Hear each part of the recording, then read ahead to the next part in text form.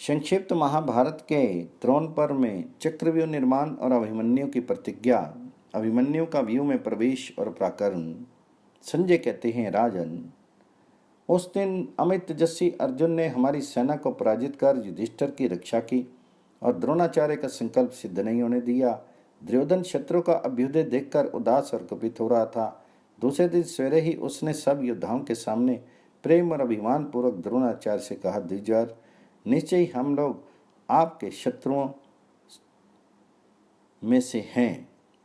तभी तो कल आपने युधिष्ठिर को निकट आ जाने पर भी कैद नहीं किया। शत्रु आपकी आंखों के सामने आ जाए और आप उसे पकड़ना चाहें तो संपूर्ण देवताओं को साथ लेकर भी पांडव लोग आपसे उसकी रक्षा नहीं कर सकते। आपने प्रसन्न होकर पहले मुझे वरदान तो दे दिया, किंतु पीछे उसे पूर्ण नहीं किया। दुर्योधन के ऐसा कहने पर आचार्य द्रोण ने कुछ खिन्न होकर कहा, राजन, तुम्हें ऐसा नहीं समझना चाहिए। मैं तो सदा तुम्हारा प्रिय करने की ही चेष्टा करता हूँ, किंतु क्या करूँ। अर्जुन जिसकी रक्षा करते हों उसे देवता, असुर, गंधर्व, सर्प, राक्षस और संपूर्ण लोग भी नहीं जीत सकते। जहाँ विश्व विधाता भगवान श्री कृष्ण और अर्जुन हैं, माँ शंकर के सिवा और किसका बल काम दे सकता है। तात, इस समय तुमसे सत्य कहता हूँ, ये कभी अन्यथा नहीं हो सकता। आज पांडव पक्ष के किसी एक श्रेष्ठ महारथी का नाश करूंगा। आज वह व्यूह बनाऊंगा जिसे देवता भी नहीं तोड़ सकते, लेकिन अर्जुन को तुम किसी भी उपाय से यहाँ से दूर हटा दो। युद्ध के विषय की कोई भी कला ऐसी नहीं है जो अर्जुन को ज्ञात ना हो, अतः वे उसे कर नहीं सके। उन्होंने युद्ध का संपूर्ण विज्ञान मुझसे तथा दूसरों से जान लिया है। द्रोण के ऐसा कहते ही सशप्तकों ने अर्जुन को पुनः युद्ध के लिए ललकारा और वे उन्हें दक्षिण दिशा की ओर हटा ले गए। उस समय अर्जुन का शत्रु के साथ ऐसा घोर युद्ध हुआ जैसा पहले ना कभी देखा गया और ना सुना ही गया। महाराज, इधर आचार्य द्रोण ने चक्रव्यूह का निर्माण किया। उसमें उन्होंने इंद्र के समान प्रकर्मी राजाओं को सम्मिलित किया और उन व्यूह के अरों के स्थान पर सूर्य के तुल्य तेजस्वी राजकुमारों को खड़ा किया। राजा दुर्योधन इसके मध्यभाग में खड़ा हुआ। उसके साथ महारथी कर्ण, कृपाचार्य और दुशासन थे। व्यूह के अग्रभाग में द्रोणाचार्य और जयद्रथ खड़े हुए। जयद्रथ के बगल में अश्वत्थामा के साथ आपके 30 पुत्र शकुनी, शल्य और भूरिश्रवा खड़े थे। तदनंतर कौरवों और पांडवों में मृत्यु को ही विश्राम मानकर रोमांचकारी तुमुल युद्ध छिड़ गया। द्रोणाचार्य द्वारा सुरक्षित उस दुर्धर्ष व्यूह पर भीमसेन को आगे करके पांडवों ने आक्रमण किया। सातकी, चकितान, धृष्टुम्न, कुंती भोज, द्रुपद, अभिमन्यु, शत्रवर्मा, बृहच्छत्र, चेदीराज, धृष्टकेतु, नकुल, सहदेव, घटोत्कच, युधामन्यु, शिखंडी, उत्तमोजा, विराट, द्रौपदी के पुत्र, शिशुपाल का पुत्र, के राज का पुत्र और हजारों संजय वंशी क्षत्रिय, ये तथा और भी बहुत से रणमत योद्धा युद्ध की इच्छा से सहसा द्रोणाचार्य के ऊपर टूट पड़े। उन्हें अपने निकट पहुंचा देखकर भी आचार्य द्रोण विचलित नहीं हुए। उन्होंने बाणों की वर्षा करके उन सब वीरों को आगे बढ़ने से रोक दिया। उस समय हम लोगों ने द्रोण की भुजाओं का अद्भुत पराक्रम देखा कि पांचाल और संजय क्षत्रिय एक साथ मिलकर भी उनका सामना नहीं कर सके। द्रोणाचार्य को क्रोध में भरकर आगे बढ़ते देखकर युधिष्ठिर ने उन्हें रोकने के विषय में बहुत विचार किया। द्रोण का सामना करना दूसरों के लिए अत्यंत कठिन समझकर उन्होंने इस गुरुतर कार्य का भार अभिमन्यु पर रखा। अभिमन्यु अपने मामा श्री कृष्ण और पिता अर्जुन से कम प्रकर्मी नहीं था। वह अत्यंत तेजस्वी तथा शत्रु पक्ष के वीरों का संहार करने वाला था। युधिष्ठिर ने उनसे कहा, बेटा अभिमन्यु, चक्रव्यूह के भेदन का उपाय हम लोग बिल्कुल नहीं जानते। इसे तो तुम अर्जुन, श्री कृष्ण अथवा प्रद्युम्न नहीं तोड़ सकते हो। पांचवा कोई भी इस काम को नहीं कर सकता। अतः तुम अस्त्र लेकर शीघ्र ही द्रोण के इस व्यूह को तोड़ डालो, नहीं तो युद्ध से लौटने पर अर्जुन हम लोगों को ताना देंगे। अभिमन्यु ने कहा, आचार्य द्रोण की ये सेना यद्यपि अत्यंत सुदृढ़ और भयंकर है, तथापि मैं अपने पितृवर्ग की विजय के लिए इस व्यू में अभी प्रवेश करता हूँ। पिताजी ने व्यू को तोड़ने का उपाय तो मुझे बता दिया है, पर निकलना नहीं बताया है। यदि मैं वहां किसी विपत्ति में फंस गया तो निकल नहीं सकूंगा। युधिष्ठिर बोले, वीरवर, तुम इस सेना को भेद कर हम लोगों के लिए द्वार तो बनाओ। फिर जिस मार्ग से तुम जाओगे, तुम्हारे पीछे पीछे हम लोग भी चलेंगे और सब ओर से तुम्हारी रक्षा करेंगे। भीम ने कहा, मैं धृष्टुम्न, सातकी तथा पांचाल, मत्स्य, प्रभद्रक और के देश के योद्धा, ये सब तुम्हारे साथ चलेंगे। एक बार जहां तुमने व्यू भंग किया, वहां के बड़े बड़े वीरों को मारकर हम लोग व्यू का विध्वंस कर डालेंगे। अभिमन्यु ने कहा, अच्छा, तो अब मैं द्रोण की इस दुर्धर्ष सेना में प्रवेश करता हूँ। आज वह प्रकर्म कर दिखाऊंगा जिससे मेरे मामा और पिता दोनों के कुलों का हित होगा।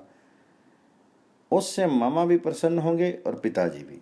यद्यपि मैं बालक हूं तो भी संपूर्ण प्राणी देखेंगे कि मैं किस तरह आज अकेले ही शत्रु सेना की काल का ग्रास बनाता हूं। यदि जीते जी युद्ध में मेरे सामने आकर कोई जीवित बच जाए तो मैं अर्जुन का पुत्र नहीं और माता सुभद्रा के गर्भ से मेरा जन्म नहीं हुआ। युधिष्ठिर ने कहा, सुभद्रानंदन, तुम द्रोण की दुर्धर्ष सेना को तोड़ने का उत्साह दिखा रहे हो, इसलिए ऐसी वीरता भरी बातें करते हुए तुम्हारा बल सदा बढ़ता रहे। संजय ने कहा, धर्मराज युधिष्ठिर की यह बात सुनकर अभिमन्यु ने सारथी को द्रोण की सेना के पास रथ ले चलने के लिए कहा। जब बारंबार चलने की आज्ञा दी तो सारथी ने उनसे कहा, युष्मन, पांडवों ने आप पर यह बहुत बड़ा भार रख दिया है। आप थोड़ी देर इस पर विचार कर लीजिए, फिर युद्ध कीजिएगा। आचार्य द्रोण बड़े विद्वान हैं, उन्होंने उत्तम अस्त्र विद्या में बड़ा परिश्रम किया। इधर आप बड़े सुख और आराम से पले हैं तथा युद्ध विद्या में उनके समान निपुण भी नहीं है। सारथी की बात सुनकर अभिमन्यु ने उनसे हंसकर कहा, सोत, ये द्रोण अथवा क्षत्रिय समुदाय क्या है? यदि साक्षात इंद्र देवताओं के साथ आ जाएं अथवा भूतगणों को साथ लेकर शंकर उतर आवे तो मैं उनसे भी युद्ध कर सकता हूँ। इस क्षत्रिय समूह को देखकर आज मुझे आश्चर्य नहीं हो रहा है। यह संपूर्ण शत्रु सेना मेरी 16वीं कला के बराबर भी नहीं है। और तो क्या, विश्व विजयी मामा श्री कृष्ण और पिता अर्जुन को भी अपने विपक्ष में पाकर मुझे भय नहीं होगा। तुम इस प्रकार सारथी की बात की अवहेलना करके अभिमन्यु ने उसे शीघ्र द्रोण की सेना के पास चलने की आज्ञा दी। यह सुनकर सारथी मन में बहुत प्रसन्न तो नहीं हुआ, परंतु घोड़ों को उसने द्रोण की ओर बढ़ाया। पांडव भी अभिमन्यु के पीछे पीछे चले। उसको आते देखकर कौरव पक्ष के सभी योद्धा द्रोण को आगे करके उनका सामना करने के लिए डट गए। अर्जुन का पुत्र अर्जुन से भी बढ़कर पराक्रमी था। वह युद्ध की इच्छा से द्रोण और महारथियों के सामने इस प्रकार जा डटा जैसे हाथियों के आगे सिंह का बच्चा हो। अभिमन्यु अभिव्यूह की ओर 20 ही कदम बढ़ा था कि कौरव योद्धा उसके ऊपर प्रहार करने लगे। फिर तो एक दूसरे का संहार करने वाले उस पक्ष के योद्धाओं में घोर संग्राम होने लगा। उस भयंकर युद्ध में द्रोण के देखते देखते व्यू भेद कर अभिमन्यु उसके भीतर घुस गया। वहां जाने पर उसके ऊपर बहुत से योद्धा टूट पड़े, परंतु वीर अभिमन्यु अस्त्र चलाने में फुर्तीला था। जो जो वीर उसके सामने आए सबको अपने मर्मभेदी बाणों से मारने लगा। उसके पैने बाणों की मार पड़ने से घायल होकर बहुत से योद्धा धाराशायी हो गए। मरे हुए वीरों की लाशों और उनके टुकड़ों से वहां की भूमि ढक गई। धनुष, बाण, डाल, तलवार, अंकुश, तोमर तथा बहुत से शस्त्रों और आभूषणों से युक्त हजारों वीरों की भुजाओं को अभिमन्यु ने काट डाला तथा रथों को तोड़ डाला। उसने अकेले ही भगवान विष्णु के समान अचिंतनीय पराक्रम कर दिखाया। राजन, उस समय आपके पुत्र और आपके पक्ष के योद्धा 10 दिशाओं की ओर देखते हुए भागने की राह ढूंढने लगे। उनके मुख सूख गए, नेत्र चंचल हो गए, बदन से पसीना बह रहा था, रोए खड़े हो गए। वे शत्रु को जीतने का साहस खो बैठे थे। अगर कुछ उत्साह था तो वहां से निकल भागने का। मरे हुए पुत्र, पिता, भाई, बंधु तथा संबंधियों को छोड़कर अपने प्राण बचाने की इच्छा से घोड़े और हाथियों को उतावली के साथ हाँकते हुए सब लोग भाग चले। अमित तेजस्वी अभिमन्यु के द्वारा अपनी सेना को इस प्रकार तितर बितर होते देख दुर्योधन अत्यंत क्रोध से भरा हुआ उसके सामने आया। द्रोणाचार्य की आज्ञा से भी और भी बहुत से योद्धा वहां आ गए और दुर्योधन को चारों ओर से घेर कर उसकी रक्षा करने लगे। इसी समय द्रोण, अश्वत्थामा, कृपाचार्य, कर्ण, कृतवर्मा, शकुनि, बृहद्बल, शल्य, भूरि, भूरिश्रवा, शल, पौरव और वृषसेन के सुभद्रा कुमार पर तीखे बाणों की वर्षा करके उसे आच्छादित कर दिया। इस प्रकार अभिमन्यु को मोहित करके उन्होंने दुर्योधन को बचा लिया।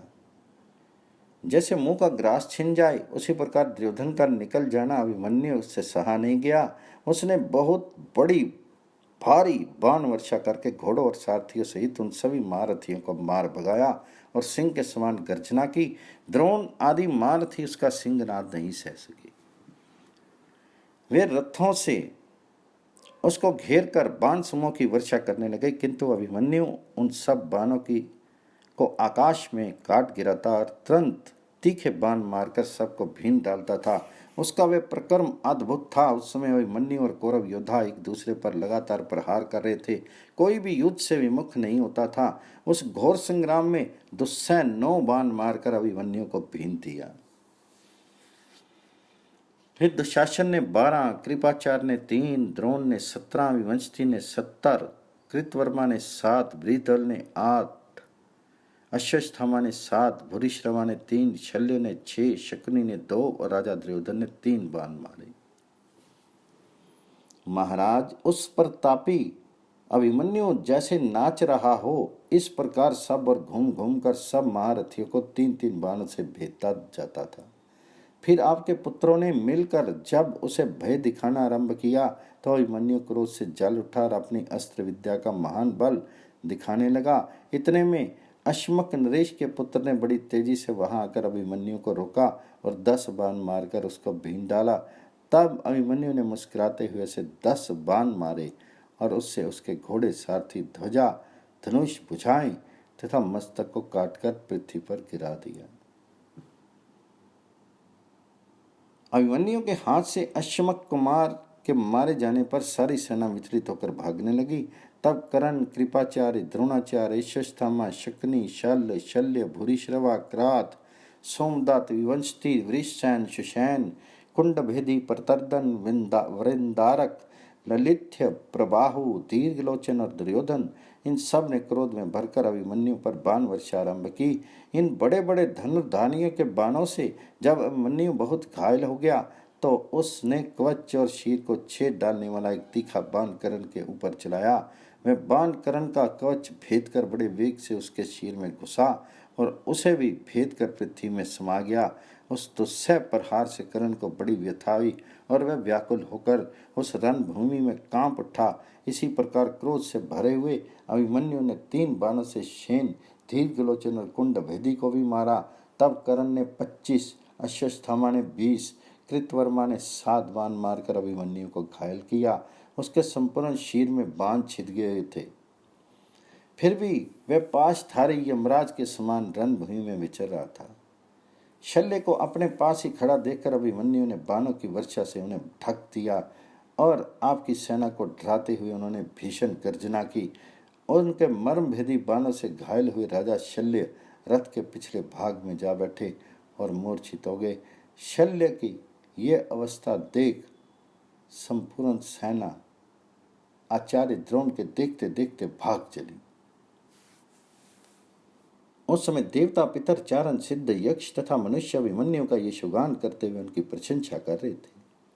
शल्य एक छोटा भाई था। उसने सुना कि अभिमन्यु ने मेरे भाई मद्रराज को रणभूमि में मूर्छित कर दिया है, तो क्रोध में भरकर बाण वर्षा करता हुआ वह उनके पास आया।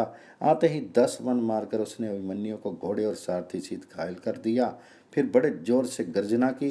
तब अर्जुन कुमार ने बाणों से उसके घोड़े, छत्र, ध्वजा, सारथी, जुआ, बैठक, पहिया, धुरी, भाथा, धनुष, प्रत्यंचा, पताका, पहियों की रक्षक एवं रथ की सब सामग्री को खंड खंड करके उसके हाथ, पैर, गला और मस्तक भी काट कर आई।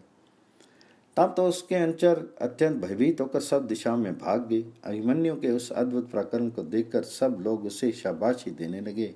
उस समय वह दिव्य अस्त्रों से शत्रु सेना का संहार करता हुआ चारों दिशाओं में दिखाई दे रहा था।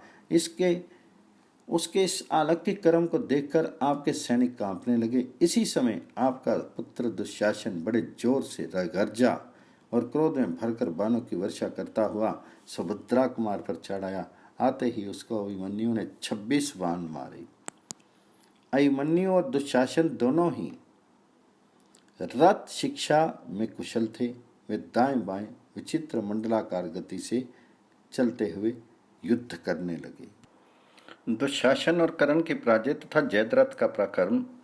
संजय कहते हैं, राजन, उस समय अभिमन्यु ने दुशासन से हंसकर कहा, दुर्मति, तूने मेरे पितृवर्ग का राज्य हर लिया है।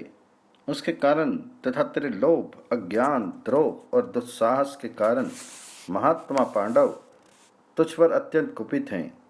इसी से आज तुझे ये दिन देखना पड़ा है। आज इस पाप का भयंकर फल तो भोग। क्रोध में भरी हुई माता द्रौपदी की तथा बदला लेने वाले पिता भीमसेन की इच्छा पूर्ण करके आज मैं उनके ऋण से उन्मुन हो जाऊंगा। यदि तू युद्ध छोड़कर भाग नहीं गया तो मेरे हाथ से जीता नहीं बच सकता। ये कहकर अभिमन्यु ने दुशासन की छाती में कालाग्नि के समान तेजस्वी बाण मारा। वह बाण उसकी छाती में लगा और गले की हंसली छेद कर निकल गया। इसके बाद धनुष को कान तक खींचकर उसने दुशासन को 25 बाण मारे। इससे अच्छी तरह घायल होकर वह व्यथा के मारे रथ के पिछले भाग में जा बैठा और बेहोश हो गया। ये देखकर सारथी तुरंत उसे रन से बाहर ले गया। उस समय युधिष्ठिर आदि पांडव, द्रौपदी के पुत्र सात्यकी, चिकितान, धृष्टुम्न, शिखंडी, कैकेयी, धृष्टकेतु तथा मत्स्य, पांचाल और संजय वीर बड़ी प्रसन्नता के साथ द्रोण की सेना को नष्ट करने की इच्छा से आगे बढ़े। फिर तो कौरवों और पांडवों की सेना में महान युद्ध होने लगा।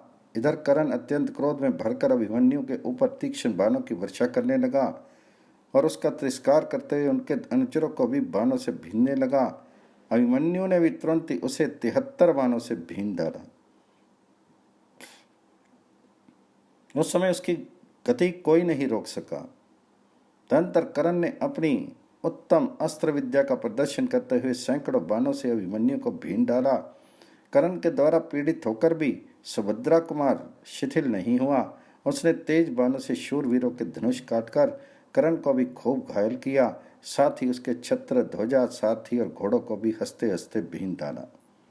फिर कर्ण ने भी उसे कई बाण मारे। फिर अभिमन्यु ने अविचल भाव से सबको झेल लिया और मुहूर्त भर में एक ही बाण से कर्ण के धनुष और ध्वजा को काटकर पृथ्वी पर गिरा दिया। इस प्रकार कर्ण को संकट में फंसा देखकर उनका छोटा भाई सुदृढ़ धनुष लेकर अभिमन्यु का सामना करने के लिए आ गया। उसने आते ही 10 बाण मारकर अभिमन्यु को छत्र, ध्वजा, सारथी और घोड़ों सहित भीन डाला। ये देखकर उसके आपके पुत्र बहुत प्रसन्न हुए। तब अभिमन्यु ने मुस्कुराकर एक ही बाण से उसका मस्तक काट गिराया। भाई को मरा देखकर कर्ण बहुत दुखी हुआ। इधर सुभद्रा कुमार ने कर्ण को विमुख करके दूसरे धनुर्धरों पर धावा किया। क्रोध में भरकर वह हाथी, घोड़े, रथ और पैदलों से युक्त उस विशाल सेना का संहार करने लगा। कर्ण तो उसके बाणों से बहुत पीड़ित हो चुका था, इसलिए अपने शीघ्रगामी घोड़ों को हाँककर रथ भूमि से भाग गया। इससे व्यू टूट गया। उस समय टिड्डियों या जल की धाराओं के समान अभिमन्यु के बाणों से आकाश आच्छादित हो जाने के कारण कुछ सूझ नहीं पड़ता था। सिंधुराज जयद्रथ के सिवा दूसरा कोई रथी वहां टिक नहीं सका। अभिमन्यु अपने बाणों से शत्रु सेना को दग्ध करता हुआ व्यू में विचरने लगा। रथ, घोड़े, हाथी और मनुष्यों का संहार होने लगा। पृथ्वी पर बिना मस्तक की लाशें बिछ गई। कौरव योद्धा अभिमन्यु के बाणों से शत विशत होकर प्राण बचाने के लिए भागने लगे।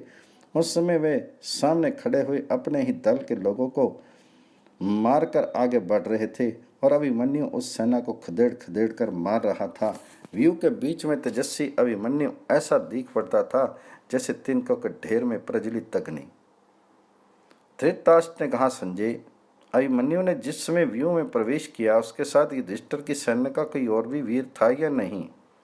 संजय ने कहा, महाराज, युधिष्ठिर, भीमसेन, शिखंडी, सात्विकी, नकुल, सहदेव, धृष्टद्युम्न, विराट, द्रुपद, केके, धृष्टकेतु और मत्स्य आदि योद्धा व्यूहाकार में संगठित होकर अभिमन्यु की रक्षा के लिए उसके साथ साथ चले। उन्हें धावा करते देख आपके सैनिक भागने लगे। तब आपके जमाता जयद्रथ ने दिव्य अस्त्रों का प्रयोग करके पांडवों को सेना सहित रोक दिया। धृतराष्ट्र ने कहा, संजय, मैं तो समझता हूँ जयद्रथ के ऊपर ये बहुत बड़ा भार आ पड़ा। जो अकेले होने पर भी उसने क्रोध में भरे हुए पांडवों को रोका।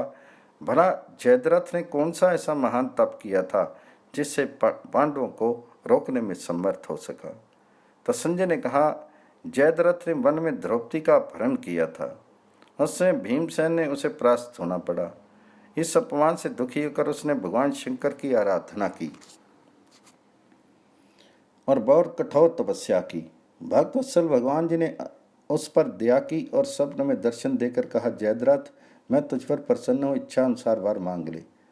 वह प्रणाम करके बोला, मैं चाहता हूँ अकेले ही समस्त पांडवों को युद्ध में जीत सकूं। तो भगवान जी ने कहा, सौम्य, तुम अर्जुन को छोड़ शेष 4 पांडवों को युद्ध में जीत सकोगे। अच्छा, ऐसा ही हो। ये कहते हुए उसकी नींद टूट गई। उस वरदान से और दिव्य अस्त्र के बल से ही जयद्रथ ने अकेले होने पर भी पांडव सेना को आगे नहीं बढ़ने दिया। उसकी प्रत्यंचा के टंकार होते ही शत्रु वीरों पर भय छा गया और आपके सैनिकों को बड़ा हर्ष हुआ। उस समय सारा भार जयद्रथ के ऊपर ही आप पड़ा देखकर आपके क्षत्रिय वीर कोलाहल करते हुए युधिष्ठिर की सेना पर टूट पड़े। अभिमन्यु ने व्यू के जिस भाग को तोड़ डाला था उसे जयद्रथ ने पुनः योद्धाओं से भर दिया। फिर उसने सात्विकी को 3, भीमसेन को 8, धृष्टद्युम्न को 60 और विराट को 10 बाण मारे। इसी प्रकार द्रुपद को 5, खंडी को 7, के राजकुमारों को 25, द्रौपदी के प्रत्येक पुत्र को 3-3 और युधिष्ठिर को 70 बाणों से भीन डाला। साथ ही दूसरे योद्धाओं को भी बाणों की भारी वर्षा से पीछे हटा दिया। उसका ये काम अद्भुत ही हुआ। तब राजा युधिष्ठिर ने हंसते हंसते एक तीक्ष्ण बाण से जयद्रथ का धनुष काट डाला। जयद्रथ ने पलक मारते ही दूसरा धनुष लेकर युधिष्ठिर को 10 और अन्य योद्धाओं को 3-3 बाणों से भीन दिया। उनके हाथ की फुर्ती देखकर भीमसेन ने 3 बाणों से उसके धनुष, ध्वजा और छत्र को काट गिराया। जयद्रथ ने पुनः दूसरा धनुष उठाया और उसकी प्रत्यंचा चढ़ाकर भीम के धनुष, ध्वजा और घोड़ों का संहार कर डाला। घोड़ों के मर जाने पर भीमसेन उस रथ से कूदकर सात्विकी के रथ पर जा बैठे। जयद्रथ का ये प्रकर्म देखकर आपके सैनिक प्रसन्न होकर उसे शाबाशी देने लगे। इतने में अभिमन्यु ने उत्तर दिशा की ओर युद्ध करने वाले हाथी सवार को मारकर पांडवों के लिए स्वर्ग दिखाया, किंतु जयद्रथ ने उसे भी रोक दिया। मत्स्य, पंचाल, केके और पांडव वीरों ने बहुत कोशिश की पर वे जयद्रथ को हटा नहीं सके। आपके शत्रुओं में से जो भी द्रोण सेना का व्यू तोड़ने का प्रयत्न करता उसे जयद्रथ वरदान के प्रभाव से रोक देता था। संजय कहते हैं, तदनंतर दुर्धर्ष वीर अभिमन्यु ने उस सेना के भीतर घुसकर इस प्रकार तहलका मचाया जैसे बड़ा भारी मगर समुद्र में हलचल पैदा कर देता है। आपकी सेना के प्रधान वीरों ने रथों से अभिमन्यु को घेर रखा था, तो भी उसने वृषसेन के सारथी को मारकर उसके धनुष को काट डाला। बलवान वृषसेन भी अपने बाणों से अभिमन्यु के घोड़ों को भीनने लगा। घोड़े रथ लिए हुए वहां से हवा हो गई। ये विघन आ पड़ने से सारथी रथ को दूर हटा ले गया। थोड़ी ही देर में शत्रु को रोनते हैं अभिमन्यु को पुनः आते देख वसातीय ने तुरंत उनका सामना किया। उसने अभिमन्यु को 60 बाणों से घायल कर डाला। तब अभिमन्यु ने वसातीय की छाती में एक ही बाण मारा, जिससे वह प्राणहीन होकर पृथ्वी पर गिर पड़ा। ये देखकर आपकी सेना के बड़े बड़े क्षत्रियों ने क्रोध में भरकर अभिमन्यु को मार डालने की इच्छा से घेर लिया। उनके साथ उनका बड़ा भयंकर युद्ध हुआ। अभिमन्यु ने कुपित होकर उनके धनुष और बाणों के टुकड़े टुकड़े करके कुंडल और मालाओं से मंडित मस्तक भी काट डाले। तत्पश्चात मद्रराज का बलवान पुत्र रुक्मरथ आया। और डरी हुई सेना को आश्वासन देता हुआ बोला, वीरों डरो मत, मेरे रहते ही सब अभिमन्यु की कोई हस्ती नहीं है, संदेह मत करो, मैं इसे जीते जी पकड़ लूंगा। ये कहकर वह अभिमन्यु की ओर दौड़ा और उसकी छाती तथा दाई बाई भुजाओं में 3-3 बाण मारकर गरजने लगा। तब अभिमन्यु ने उसका धनुष काट दिया और शीघ्र ही उसकी दोनों भुजाओं तथा मस्तक को भी काटकर पृथ्वी पर गिरा दिया। राजकुमार रुक्मरथ भी कई मित्र थे, वे भी रण में उन्मत्त होकर लड़ने वाले थे। उन्होंने अपने महान धनुष चढ़ाकर बाणों की वर्षा से अभिमन्यु को ढक दिया। ये देखकर दुर्योधन को बड़ा हर्ष हुआ। उसने यही समझा कि बस अब तो अभिमन्यु यमलोक में पहुंच गया, किंतु अभिमन्यु ने उस समय गंधर्वास्त्र का प्रयोग किया। वह अस्त्र बाणों की वृष्टि करता हुआ युद्ध में कभी 1, कभी 100 और कभी 1000 की संख्या में दिखाई देता था। अभिमन्यु ने रथ संचालन की कला और गंधर्वास्त्र की माया से उन राजकुमारों को मोहित करके उनके शीरों के सैकड़ों टुकड़े काट डाले। कितने के धनुष, ध्वजा, घोड़े, सारथी, भुजाएं तथा मस्तक काट डाले। एक अभिमन्यु के द्वारा इतने राजपुत्रों को मारा गया देखकर दुर्योधन भयभीत हो गया। रथी, हाथी, घोड़ों और पैदलों को रणभूमि में गिरते देखकर वह क्रोध से भरा हुआ अभिमन्यु के पास आया। उन दोनों में युद्ध छिड़ गया। अभी क्षण भर भी पूरा नहीं होने पाया कि सैकड़ों बाणों से आहत होकर दुर्योधन भाग गया। धृतराष्ट्र ने कहा, सूत, जैसा कि तुम बता रहे हो, अकेले अभिमन्यु का बहुत से योद्धाओं के साथ संग्राम हुआ तथा उसमें विजय भी उसी की हुई। सहसा इस बात पर विश्वास नहीं होता। वास्तव में सुभद्रा कुमार का यह प्रकर्म आश्चर्यजनक है, किंतु जिन लोगों का धर्म पर भरोसा है उनके लिए यह कोई अद्भुत बात नहीं है। संजय, जब दुर्योधन भाग गया और सैकड़ों राजकुमार मारे गए, उस समय मेरे पुत्रों ने अभिमन्यु के लिए क्या उपाय किया?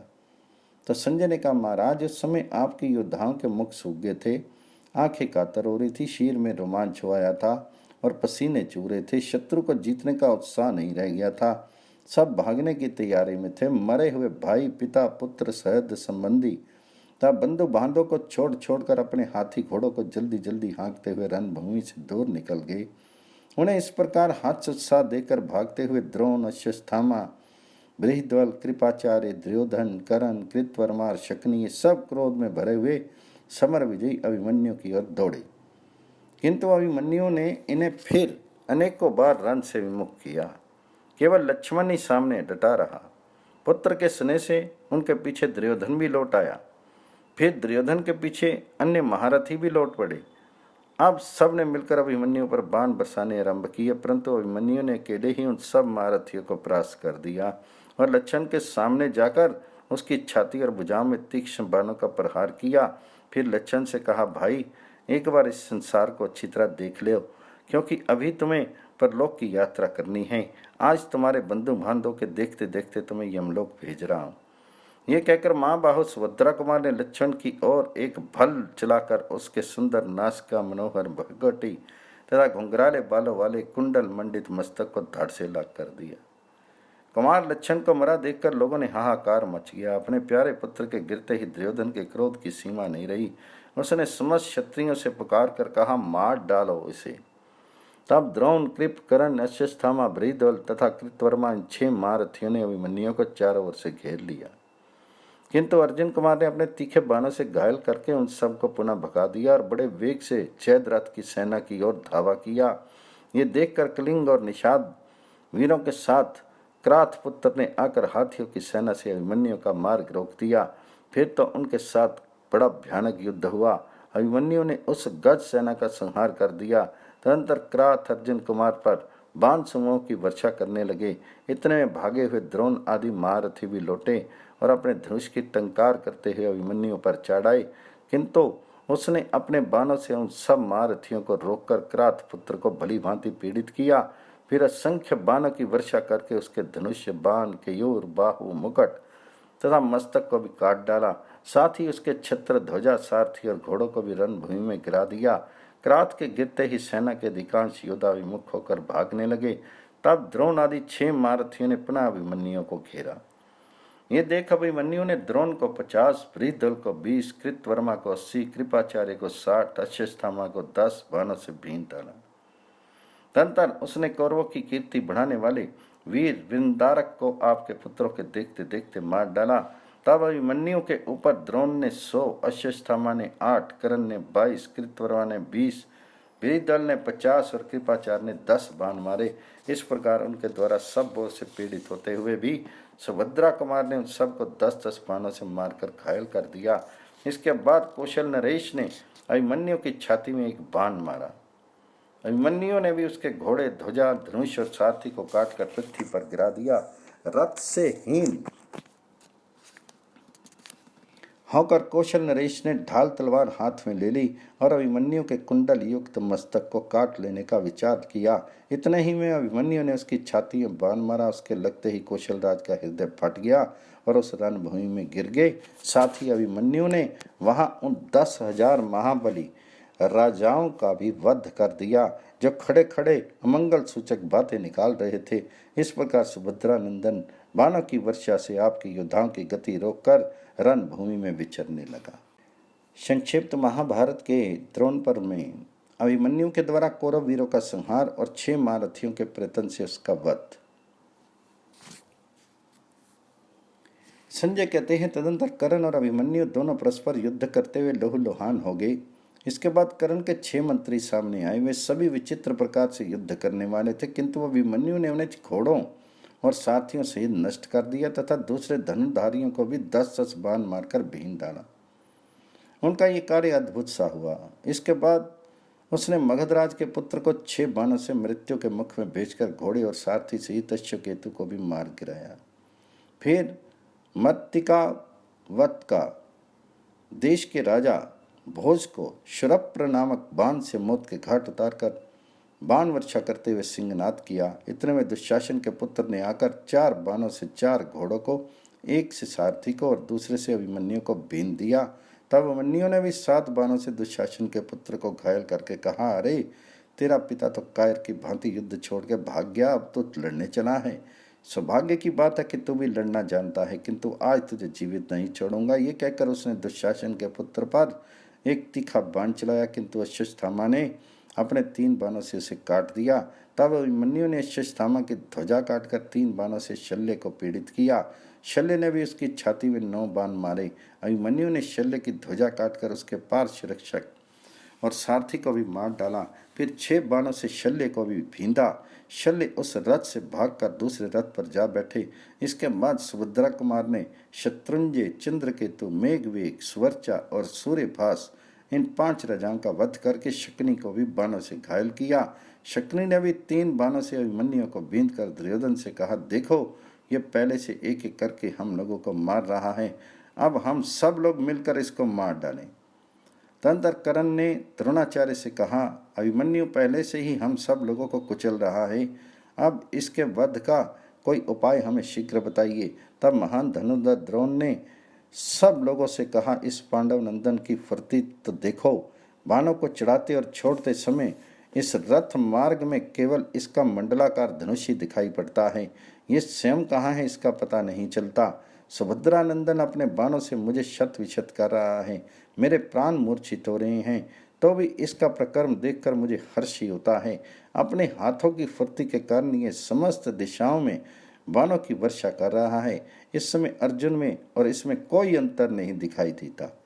ये सुनकर कर्ण ने अभिमन्यु के बाणों से आहत होकर पुनः द्रोण से कहा, आचार्य अभिमन्यु मुझे बड़ा कष्ट दे रहा है, मुझे साहसपूर्वक खड़ा रहने चाहिए।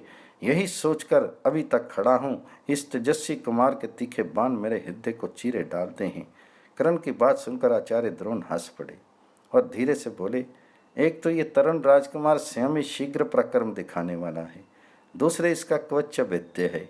इसके पिता अर्जुन को जो मैंने कवच धारण की विद्या सिखाई थी, निश्चय ही उस संपूर्ण विद्या को यह भी जानता है। अतः यही इसका धनुष और प्रत्यंचा काटी जा सके, बागडोर काटकर घोड़े, पार्श्व रक्षक और सारथी मार दिए जा सके तो काम बन सकता है। राधानंदन तुम बड़े धनुर्धर हो, यदि कर सको तो यही करो। सब प्रकार से सहाय करके इसे रन से भगाओ और पीछे से प्रहार करो। यदि इसके हाथ में धनुष रहा तो देवता और असुर भी इसे नहीं जीत सकते। आचार्य की यह बात सुनकर कर्ण ने बाणों से अभिमन्यु के धनुष को काट डाला, कृतवर्मा ने उसके घोड़े को और कृपाचार्य ने पार्श्व रक्षक तथा सारथी को मार डाला। इसे धनुष और रथ से हीन देखकर बाकी महारथी लोग बड़ी शीघ्रता से उस पर बाण बरसाने लगे। एक और 6 महारथी थे, दूसरी ओर सहाय अभिमन्यु।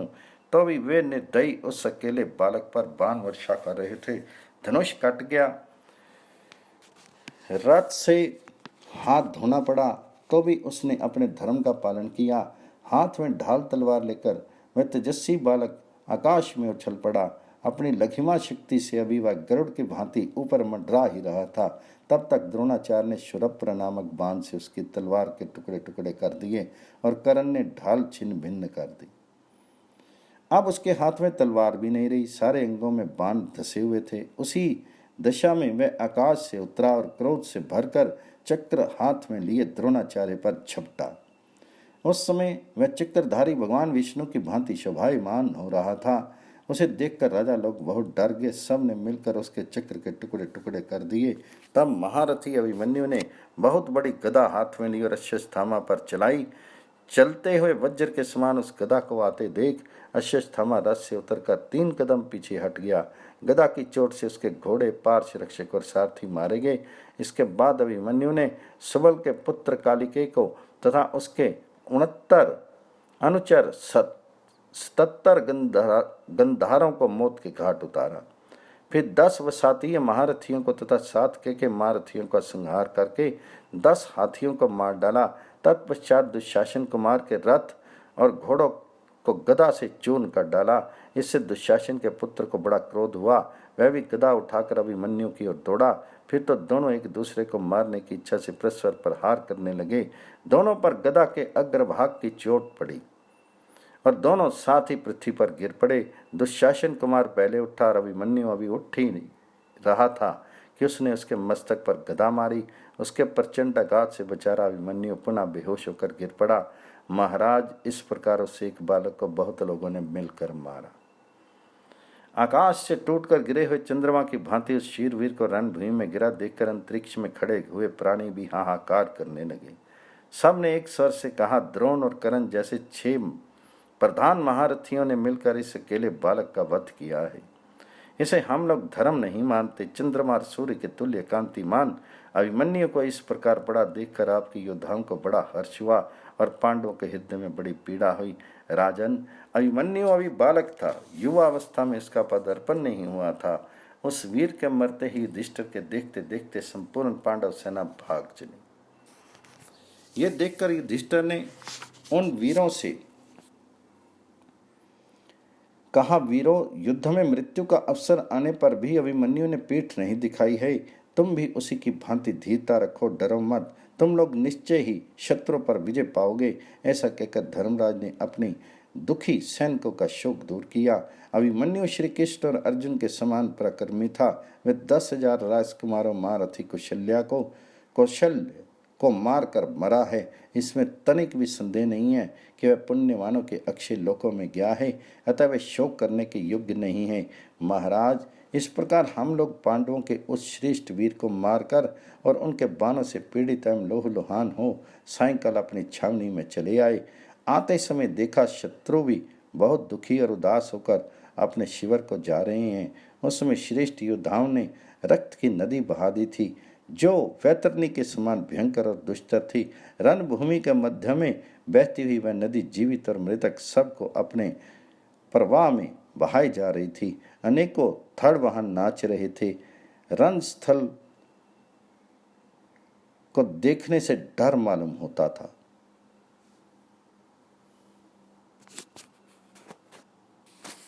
संजय कहते हैं, महाराज,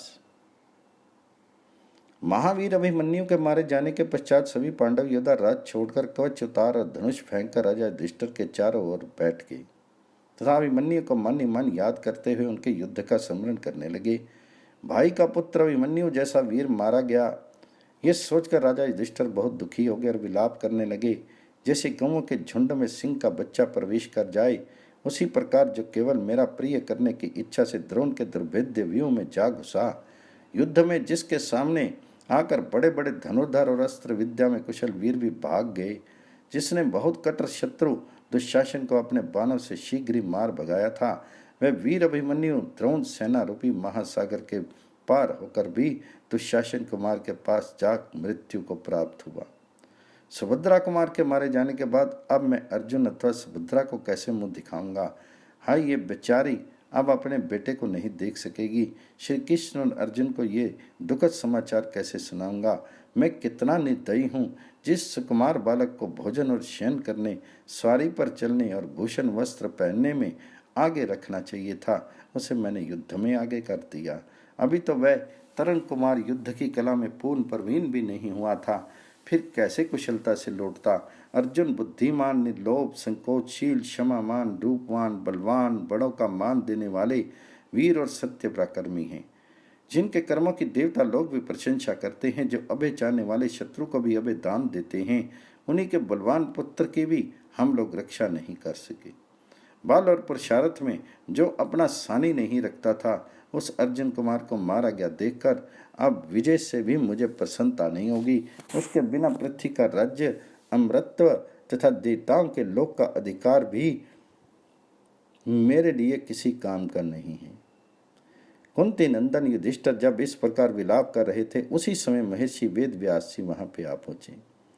युधिष्ठिर ने उनका यथोचित सत्कार किया और जब वे आसन पर विराजमान हुए तो अभिमन्यु की मृत्यु के शोक से संतप्त होकर उनसे कहा, मुनिवर, सुभद्रा नंदन अभिमन्यु युद्ध कर रहा था, उस समय उसे अनेकों धर्मी महारथियों ने घेर कर मार डाला है। मैंने उनसे कहा था, हम लोगों के लिए व्यूह में घुसने का दरवाजा बना दो। उसने वैसा ही किया। जब स्वयं भीतर घुस गया तब उसके पीछे हम लोग भी घुसने लगे, किंतु जयद्रथ ने हमें रोक दिया। योद्धाओं को अपने समान वीर से युद्ध करना चाहिए, किंतु शत्रुओं ने जो उनके साथ व्यवहार किया, यह नितांत अनुचित है। इसी कारण मेरे हृदय में बड़ा संताप हो रहा है। बार बार उसी की चिंता होने लगती है, तनिक भी शांति नहीं मिलती है। तो व्यास जी ने कहा, युधिष्ठिर, तुम तो महान बुद्धिमान और समस्त शास्त्रों के ज्ञाता हो। तुम्हारे जैसे पुरुष संकट पड़ने पर मोहित नहीं होते। अभिमन्यु युद्ध में बहुत से वीरों को मारकर प्रौढ़ योद्धाओं के समान पराक्रम दिखाकर स्वर्गलोक में गया है। भारत, विधाता के विधान को कोई टाल नहीं सकता। मृत्यु तो देवता, गंधर्व और दानवों को भी प्राण ले लेती है, फिर मनुष्यों की तो बात ही क्या है। तो युधिष्ठिर ने कहा, मुनि, ये शूरवीर राजकुमार शत्रुओं के वश में पड़कर विनाश के मुख में चले गए। कहते हैं ये मर गए, किंतु मुझे संदेह होता है कि इन्हें मर गए ऐसा क्यों कहा जाता है। मृत्यु किसकी होती है, क्यों होती है, और वह किस प्रकार प्रजा का संहार करती है तथा कैसे ये जीव को परलोक में ले जाती है, पिता में ये सब बातें मुझे बताइए। तो व्यास जी ने कहा, राजन, जानकार लोग इस विषय में एक प्राचीन इतिहास का दृष्टांत दिया करते हैं। इसको सुनकर तुम स्नेह बंधन के कारण होने वाले दुख से छूट जाओगे। ये उपाख्यान समस्त पापों को नष्ट करने वाला, आयु बढ़ाने वाला, शोकनाशक, अत्यंत मंगलकारी तथा वेद अध्ययन के समान पवित्र है। आयुष्मान पुत्र, राज्य और लक्ष्मी चाहने वाले द्विजों को प्रतिदिन प्रातःकाल इस आख्यान का श्रवण करना चाहिए। प्राचीन काल की बात है, सतयुग में एक अकंपन नाम के राजा थे। उन पर शत्रु ने आक्रमण किया। राजा के एक पुत्र था जिसका नाम था हरि। वह बल में नारायण के समान था और युद्ध में इंद्र के समान। उस युद्ध में दुष्कर पराक्रम दिखाकर अंत में शत्रु के हाथ से मारा गया। इससे राजा को बड़ा शोक हुआ। उसके पुत्र शोक का समाचार जानकर देव ऋषि नारद आए। राजा ने उनका यथोचित पूजन करके बैठने के पश्चात उनसे कहा, भगवान, मेरा पुत्र इंद्र और विष्णु के समान कांतिमान एवं महाबली था। उसको बहुत से शत्रुओं ने मिलकर युद्ध में मार डाला है। अब मैं ये ठीक ठीक जानना और सुनना चाहता हूँ कि वह मृत्यु क्या है, इसका वीर, बल और पौरुष कैसा है। तो राजा की बात सुनकर नारद जी ने कहा, राजन, आदि में सृष्टि के समय पिता में ब्रह्मा जी ने जब संपूर्ण प्रजा की सृष्टि की तो उनका संहार होता न देख उनके लिए वे विचार करने लगे। सोचते सोचते जब कुछ समझ में नहीं आया तो उन्हें क्रोध आ गया। उनके उस क्रोध के कारण आकाश से अग्नि प्रकट हुई और वह संपूर्ण दिशाओं में फैल गई। भगवान ब्रह्मा ने उसी अग्नि से पृथ्वी, आकाश एवं संपूर्ण चराचर जगत को जलाना आरंभ किया। ये देखकर रुद्र देवता ब्रह्मा जी की शरण में गए। शंकर जी के आने पर प्रजा के हितों के लिए ब्रह्मा जी ने कहा, बेटा, तुम अपनी इच्छा से उत्पन्न हुए हो और मुझसे अभिष्ट वस्तु पाने योग्य हो। बताओ तुम्हारी कौन सी कामना पूर्ण करूं? तुम्हें जो भी अभिष्ट होगा उसे पूर्ण करूंगा। तो रुद्र ने कहा, प्रभु आपने नाना प्रकार के प्राणियों की सृष्टि की है, किंतु वे सभी आज आपकी क्रोध अग्नि से दग्ध हो रही हैं। उनकी दिशा देखकर मुझे दया आती है। भगवान आप तो उन पर प्रसन्न होइए। तो ब्रह्मा जी ने कहा, पृथ्वी देवी जगत के भार से पीड़ित हो रही थी, इसी ने मुझे संहार के लिए प्रेरित किया है। इस विषय में बहुत विचार करने पर भी जब कोई उपाय नहीं सूझा तो मुझे बहुत क्रोध चढ़ आया। तो रुद्र ने कहा, भगवान संहार के लिए आप क्रोध मत करें, प्रजा पर प्रसन्न होइए।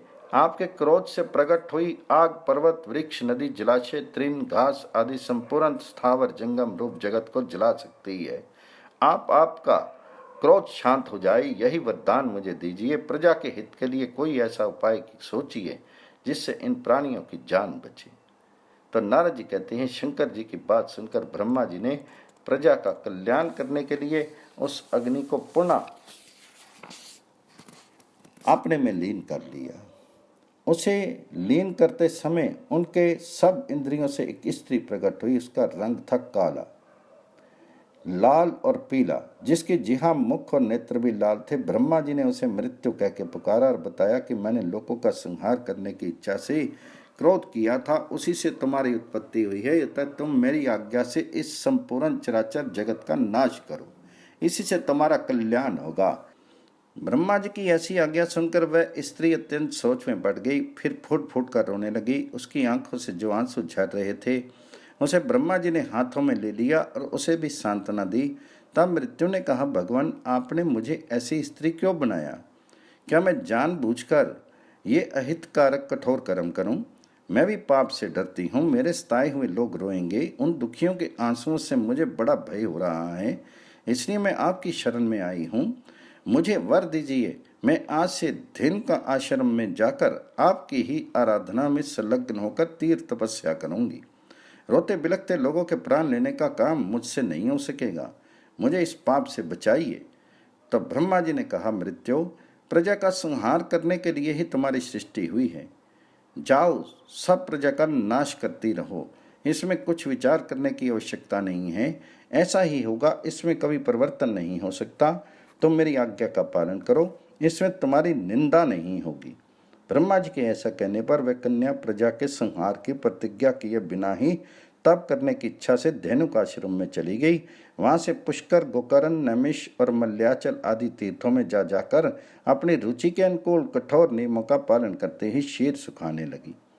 वह अनन्य भाव से केवल ब्रह्मा जी में सुदृढ़ भक्ति रखती थी। उसने अपने धर्म आचरण से पितामह को प्रसन्न कर लिया। तब ब्रह्मा जी ने प्रसन्न मन से उनसे कहा, मृत्यु बताओ तो सही, किस लिए ये अत्यंत कठोर तप कर रही हो? मृत्यु बोली, प्रभु मैं आपसे यही वर चाहती हूँ कि प्रजा का नाश नहीं करूँ।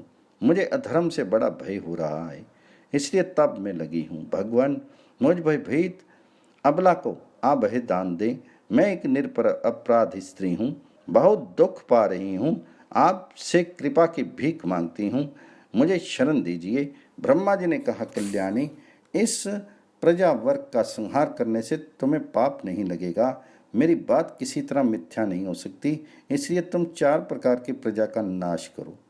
सनातन धर्म तुम्हें पवित्र बनाए रखेगा। लोकपाल, यम तथा तरह तरह की व्याधियां तुम्हारी सहायिका होंगी। फिर देवता लोग तथा मैं सभी तुम्हें वरदान देंगे। ये सुनकर मृत्यु ने ब्रह्मा जी के चरणों में मस्तक झुकाकर प्रणाम किया और हाथ जोड़कर कहा, प्रभु यदि ये कार्य मेरे बिना नहीं हो सकता तो आपकी आज्ञा शिरोधार्य। अब मैं एक बात कहती हूँ, उसे सुनिए। लोभ, क्रोध, असूया, ईर्ष्या, द्रोह, मोह, निर्लजता तथा परस्पर कटु वचन बोलना, ये नाना प्रकार के दोषी प्राणियों की देह का नाश करें। ब्रह्मा जी ने कहा, मृत्यु ऐसा ही होगा। तुम्हारे आंसुओं की बूंदें जिन्हें मेरे हाथ में ले लिया था, व्याधि बनकर गतायु प्राणियों का नाश करेंगी। तुम्हें पाप नहीं लगेगा, अतः डरो मत। तुम कामना और क्रोध का त्याग करके संपूर्ण जीवों के प्राणों का अपहरण करो। ऐसा करने से तुम्हें अक्षय धर्म की प्राप्ति होगी। जो मिथ्या की आवरण से ढके हुए हैं उन जीवों को अधर्म ही मारेगा। असत्य से ही प्राणी अपने को पाप पंख में डुबाते हैं।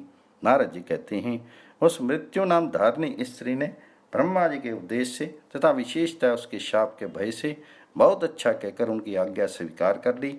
तब से वह काम और क्रोध को त्याग करके अनसक्त भाव से प्राणियों का अंतकाल उपस्थित होने पर उसके प्राणों को हर लेती है।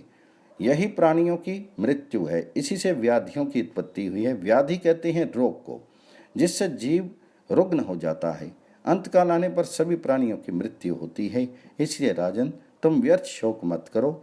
मरण के पश्चात सभी प्राणी परलोक में जाते हैं और वहां से इंद्रियों तथा वृत्तियों के साथ यहाँ लौट आते हैं। देवता भी परलोक में अपने कर्म भोग पूर्ण करके फिर इस मृत्यु लोक में जन्म लेते हैं। इसलिए तुम्हें अपने पुत्र के लिए शोक नहीं करना चाहिए। वह वीर को प्राप्त होने योग्य रमणीय लोकों में पहुंचकर वहां स्वर्गीय आनंद का उपभोग करता है। ब्रह्मा जी ने मृत्यु को प्रजा का संहार करने के लिए स्वयं ही उत्पन्न किया है।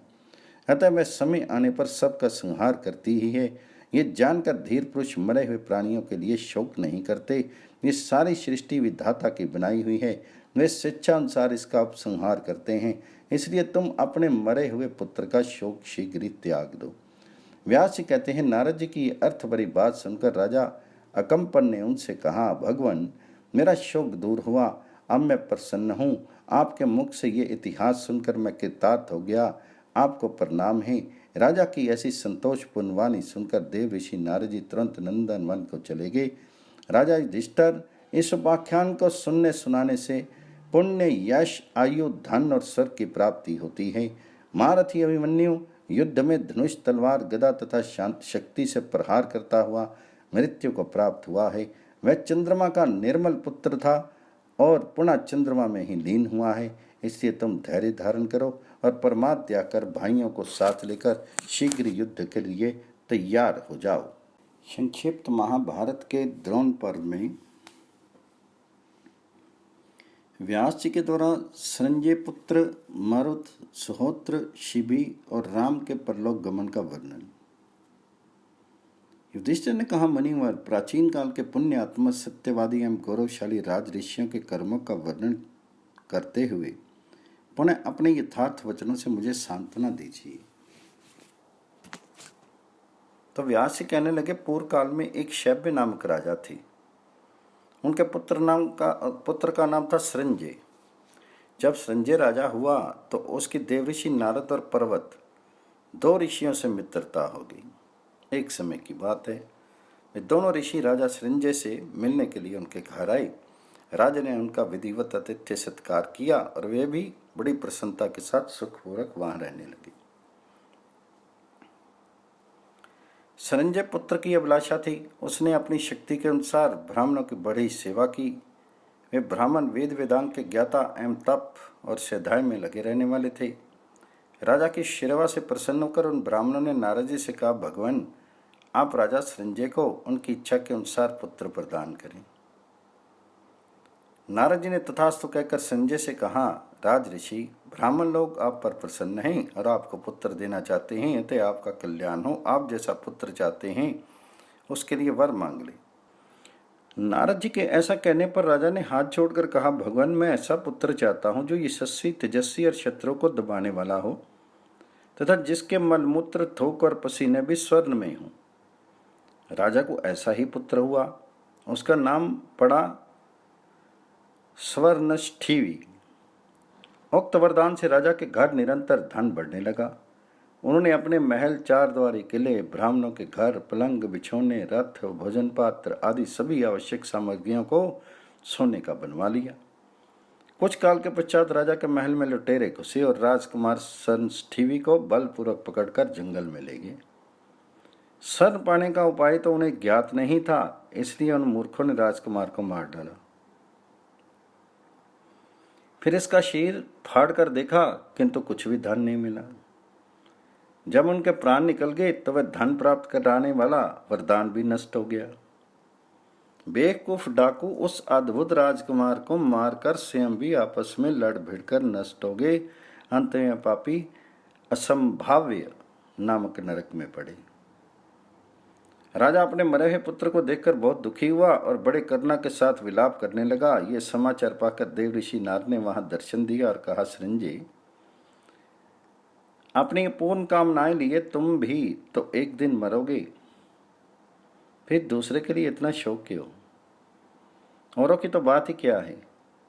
अवीक्षित के पुत्र राजा मरुत भी जीवित नहीं रह सके।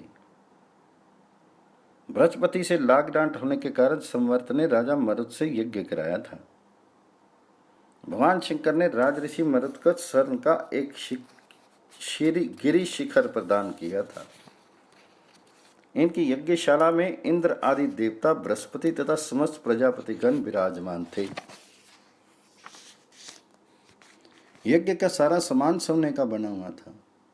उनके यज्ञों में ब्राह्मणों को दूध, दही, घी, मधु, रुचिकर भक्ष्य भोज्य तथा इच्छा अनुसार वस्त्र व आभूषण भी दिए जाते थे।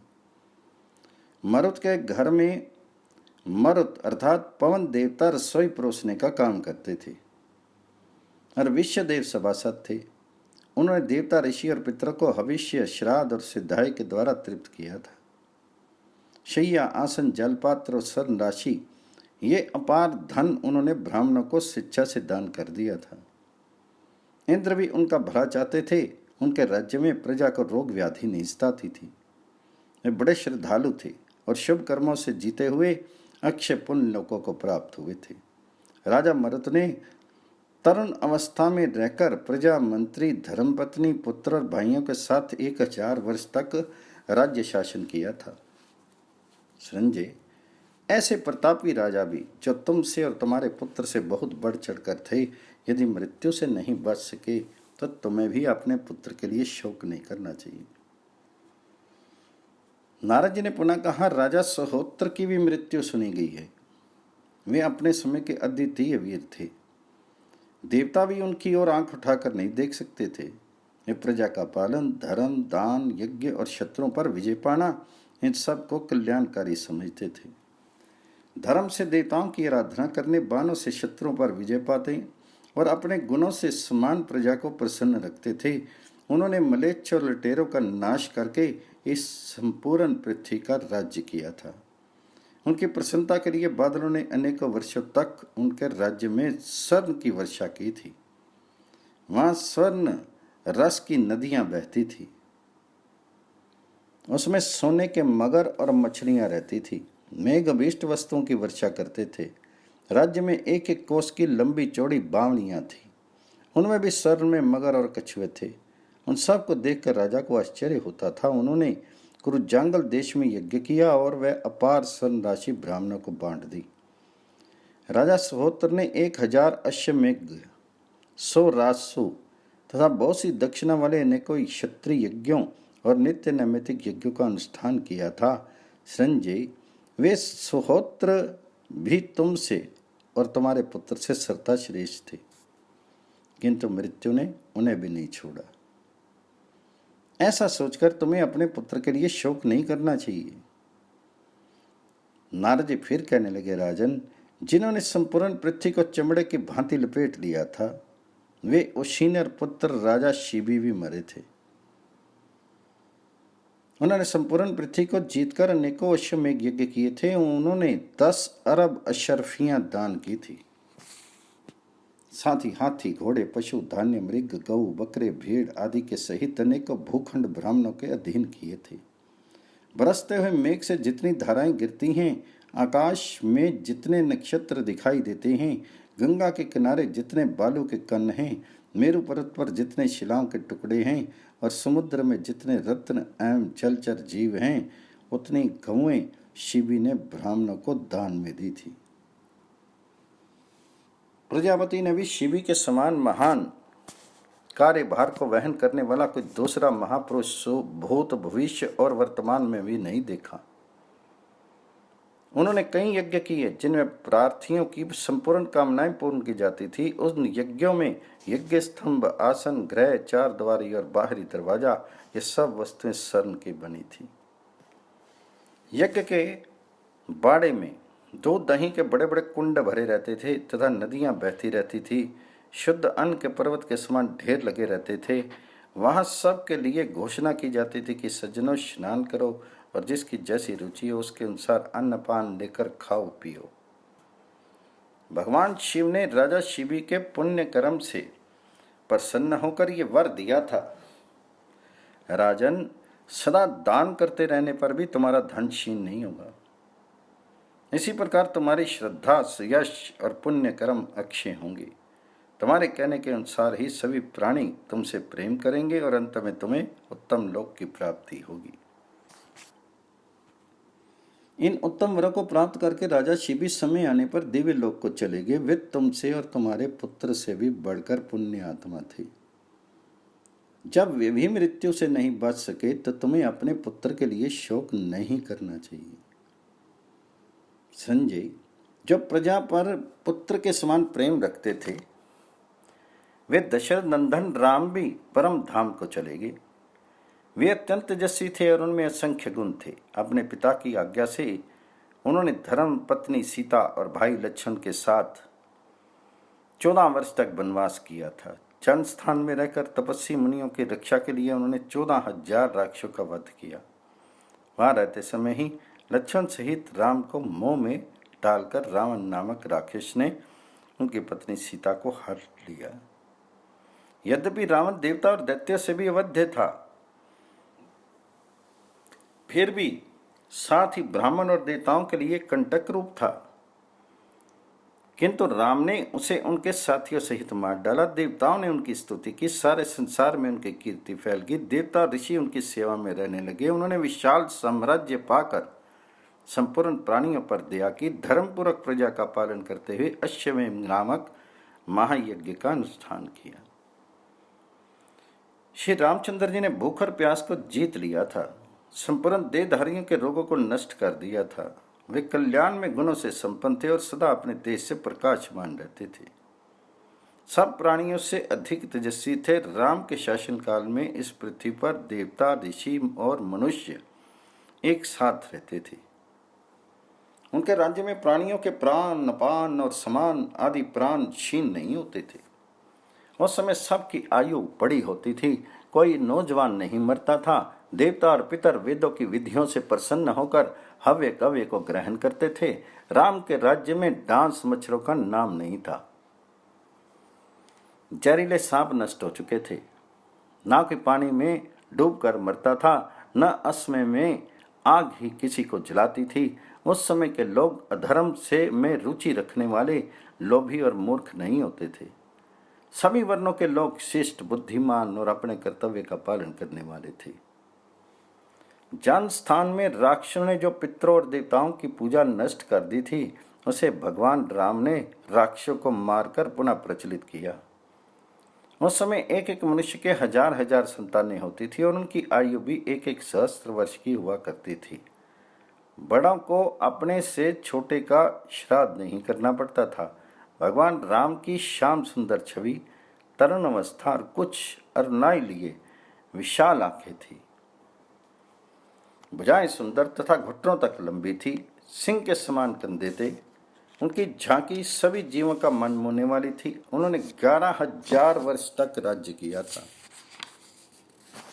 उस समय के लोगों की जुबान पर केवल राम का ही नाम था। अंत में अपने और भाइयों के अंश रूप 2-2 पुत्रों के द्वारा 8 प्रकार के राजवंश की स्थापना करके उन्होंने चारों वर्णों की प्रजा को साथ लेकर संदेह परम धाम को सधे दे के सहित परम धाम को गमन किया। संजय, तुमसे और तुम्हारे पुत्र से सर्था श्रेष्ठ वे राम भी यदि यहाँ नहीं रह सके तो तुम अपने पुत्र के लिए क्यों शोक करते हो?